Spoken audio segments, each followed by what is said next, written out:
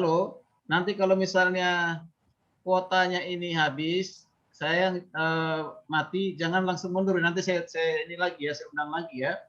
Ya, oke, karena ini kebatasan jamnya. Yang biasa buat link saya lagi kuliah. Yang biasa buat link sampai selesai 2 jam itu lagi kuliah. Nanti setelah kuliah mungkin nanti baru. Ya, kalau masalahnya mati ya, lanjut ya. Jadi tunggu ya. Oke. Bagaimana memahami Alkitab itu adalah firman Allah? Ya, itu harus diawali dengan mengerti apa itu inspirasi atau pengilhaman. Ya, pengilhaman. Ya, nanti akan kita lihat ayat Alkitabnya. Kita mengerti dulu istilah dari inspirasi atau ilham. Itu berasal dari bahasa Latin disebut dengan inspirare, ya inspirare. Nah, kalau dalam bahasa Yunaninya ditemukan di 2 Timotius 3:16. 2 Timotius 3:16 dan juga ada di Ayub 3 ayat 32 ayat 8. Minta tolong silakan. Silakan mungkin Lydia karena lebih cepat untuk ada yang lain juga buka 2 Timotius 3 ayat 16. 2 Timotius 3 ayat 16 saja. Yuk. 2 Timotius 2 Timotius 3 ayat 16. Segala tulisan yang diilhamkan Allah memang bermanfaat untuk mengajar, untuk menyatakan kesalahan, untuk memperbaiki kelakuan, dan untuk mendidik orang dalam kebenaran. Nah, perhatikan kata atau ungkapan segala tulisan yang diilhamkan, segala tulisan yang diilhamkan. Perhatikan segala tulisan. Kalau bahasa Yunaninya itu adalah pasagrape pneustos, ya. Pasagrape theopneustos. Nah, theopneustos. Pasa itu adalah segala, grape itu adalah tulisan, theopneustos itu adalah dari dua kata theos dan firman atau theos, pneustos. Theos adalah dikatakan Allah itu sendiri. Artinya, kita perhatikan di sini, Alkitab itu adalah hasil dari pengilhaman dari Tuhan. Ya, jadi kalau dikatakan theopneustos itu adalah kata yang digunakan ada dua kata pneo dan theos. Pneo dan theos. Dari kata pneo, ya pneo itu adalah perhatikan di sini dihembuskan. Dihembuskan oleh siapa? Theos. Maka theos tadi dihembuskan oleh Allah. Nah, kata dihembuskan itu jangan pengertian seperti kita mengeluarkan napas dari mulut gitu kan? Bukan. Ya, bukan itu pengertiannya ya. Oke. Jadi bukan dihembuskan seperti dukun menghembuskan memberikan supaya sehat dihembus gitu, bukan ya. Nah, itu berarti ini penekanan adalah faktor Allah dalam pekerjaan penulisan. Maksudnya di sini segala tulisan itu apa itu? PL maupun perjanjian baru, perjanjian lama dan perjanjian baru itu berarti segala tulisan. Segala tulisan yang diilhamkan oleh Allah. Artinya apa? Ini menekankan bahwa Allah yang menjadi faktor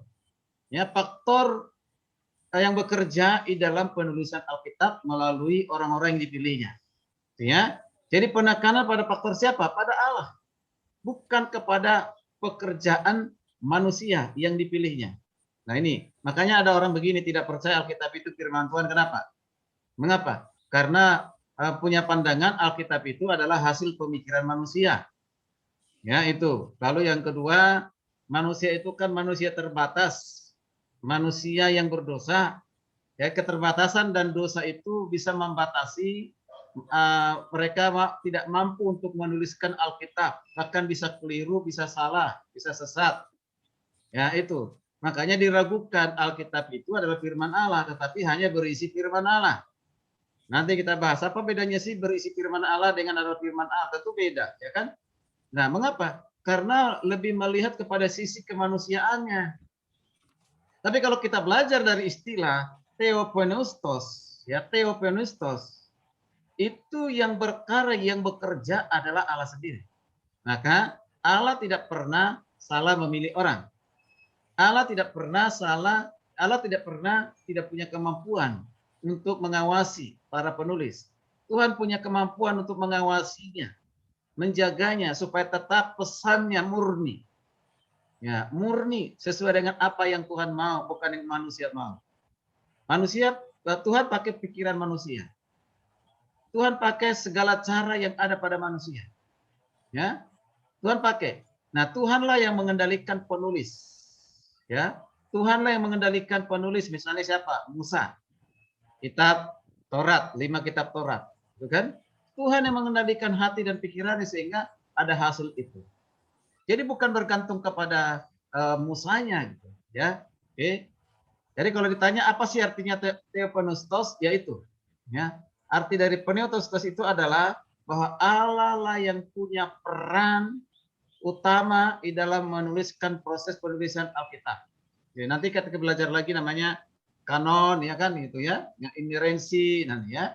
Tuh, itu berhubungan dengan kitab. Nah, coba perhatikan ya sekali lagi, segala tulisan yang diilhamkan Allah, ada kata di dalam kurung bahasa Yunaninya, Theopneustos. Nah, lalu apa yang dikatakan Theopneustos itu bermanfaat untuk apa? Mengajar. Mengajar tentang apa? Mengajar tentang kebenaran. Mengajar tentang Allah. Mengajar tentang karya-karyanya. Ya, mengajar tentang apa? Ya, mengajar tentang manusia. Ya, mengajar tentang rencana keselamatan. Mengajarkan tentang hari ini dan hari esok. Mengajarkan tentang apa yang akan terjadi masa akan datang. Tentang akhir zaman. Ya, mengajarkan tentang kekekalan. Semuanya diajarkan dalam Alkitab. Ya, kemudian menyatakan kesalahan. Umumnya manusia ini sudah berdosa. Semua manusia berdosa. Bagaimana orang berdosa itu supaya sadar akan kesalahannya. Ya, karena sudah meleset melakukan dalam hidupnya tidak sesuai dengan kehendak Tuhan, itu dengan hamartologi, hamartia, tidak mengenai sasaran. Nah ini kalau itu bisa dipotong untuk kita makan nanti di Luhut Utara. Ya, ya, oke ya. Tolong di-mute dulu, di-mute ya. Oke, baik. Terima kasih. Ya. Baik, kita lanjutkan ya. Kita lanjutkan. Oke. Menyatakan kesalahan karena semua manusia telah berbuat salah, pelanggaran, dosa. Nah, bagaimana caranya supaya mereka salah sasaran untuk mempercayai Tuhan, mencari Tuhan di dunia ini?